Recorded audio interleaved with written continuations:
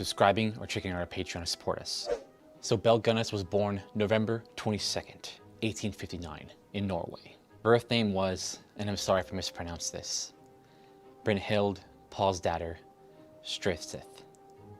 I probably got that wrong. Yeah, you definitely did. I'm sorry, I tried. In 1881, Belle and her family would immigrate to America from Norway. And around 1884, Belle would marry Mads Sorensen. And together the couple would open an unsuccessful confectionery shop. Within only a year, the shop had mysteriously burned down. But luckily for them, they were able to collect insurance, of which they used to buy a home. This would seem to be the first in a string of insurance collection that would follow Belle. Around 1900, Mads would die on the only day that his two life insurance policies would overlap. The first doctor that began seeing Mads thought he was suffering from strychnine poisoning. However, the family doctor had been treating him for an enlarged heart.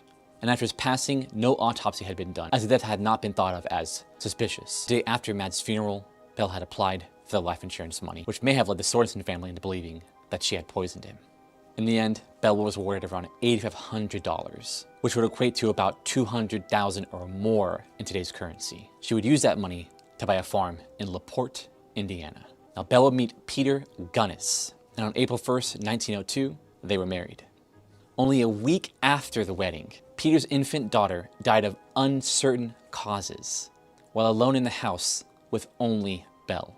And in December of that same year, Peter would meet his own tragic accident. Belle said that while he was reaching for his slippers next to the kitchen stove, he was scalded with brine, and that part of his sausage grinding meat machine had fallen on his head and caused a fatal head injury. Many people believe that Peter, who was an experienced butcher, ran a hog farm, would not be so clumsy. In fact, the coroner believed the death to be a murder. However, in the end, Belle convinced the coroner that she was innocent of any wrongdoing. And in the end, she was awarded around $3,000. Around 1906, Belle began advertising in matrimonial columns in newspapers. A comely widow who owns large farm in one of the finest districts in Indiana desires to make the acquaintance of gentlemen equally well provided with views of joining fortunes. No replies by letter considered unless sender is willing to follow answer with personal visit. Next week we'll be back with part 2 of Belle Gunness, where we'll talk more about the love letter victims. If you'd like to support the channel, you can do so on Patreon.